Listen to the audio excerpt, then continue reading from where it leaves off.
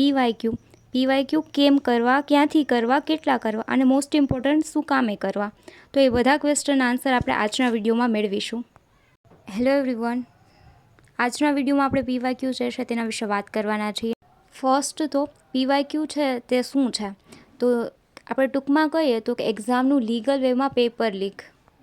અને પીવાયક્યુને આપણે previous years question જે છે તરીકે પણ ઓળખીએ છીએ. કેવી રીતના કરશું આગળ જોઈએ સ્ટેપ બાય સ્ટેપ.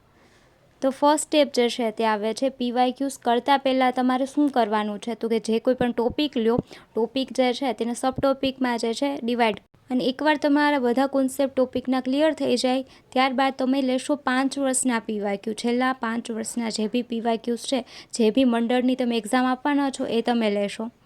તો હું અહીંયા તમને એક ડેમો આપું છું કે અત્યારે છે ને હું કરું છું ગુજરાતના લોકવાદ્યો. તો અહીંયા જે મેં સ્ટાર્ટ કરેલું છે એમ, તો અહીંયા જે છે મેં આપણા ગુજરાતના લોકવાદ્યોવાળો ટોપિક જે છે રીડ કરવાનું શરૂ કરી દીધેલું છે. જેટલા બી લોકવાદ્યો છે ને તમારે પ્રોપરલી સમજવાના છે.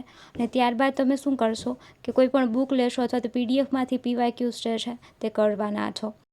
હવે સ્ટેપ 2 છે એ છે પીવાયક્યુ કરતા સમયે તમે પીવાયક્યુઝ કરો છો ત્યારે મેક શ્યોર કે તમે OMR શીટ જે છે તેનો યુઝ કરો કે જેથી તમને એક્ઝામમાં પણ જે છે એ ભૂલો ન થાય સામાન્ય, અને તમે ટાઈમર ચાલુ રાખીને જે છે ક્વેશ્ચન અટેમ્પ કરશો. ત્યારબાદ જો અહીંયા મેં છે ને ગુજરાતના સંગીતના પીવાયક્યુ અટેમ્પ કરેલા છે જેટલા બી હતા. તમે અહીંયા જે પેનથી માર્ક થયેલા ક્વેશ્ચન છે મારા ખોટા પડેલા છે, તો એ ટોપિકમાં છે મારી શું મિસ્ટેક છે એને હું સુધારીશ. પછી કેવી રીતના તેને જે છે આગળ જતાં ન થાય તેનું પણ આપણે ધ્યાન રાખીશું. હવે આગળ જોઈએ તો કે સ્ટેપ 3 ઉપર કે પીવાયક્યુ કર્યા પછી શું. અને પીવાયક્યુ કર્યા બાદ આપણે ખોટા પડેલા જેટલા બી ક્વેશ્ચન છે તેમાં આપણે શું નાની એવી ભૂલો થયેલી છે તેને જોશું.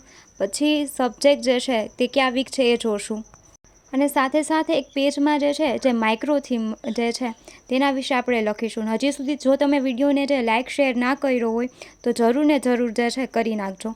હવે આપણે વાત કરી હતી માઇક્રો થીમ. માઇક્રો થીમ એટલે ઇમ્પોર્ટન્ટ ટોપિક છે, વારંવાર ક્વેશ્ચન જે છે તેમના પૂછાતા જો એવા ટોપિકો, બરોબર છે, તે આપણે ખાસ કરવાના છે. એક્ઝામ્પલ તરીકે આપણે જોઈએ તો કે મૌર્યકાળના ક્વેશ્ચન બનતા જ હોય તો અહીંયા માઇક્રો થીમમાં તે આવી જશે.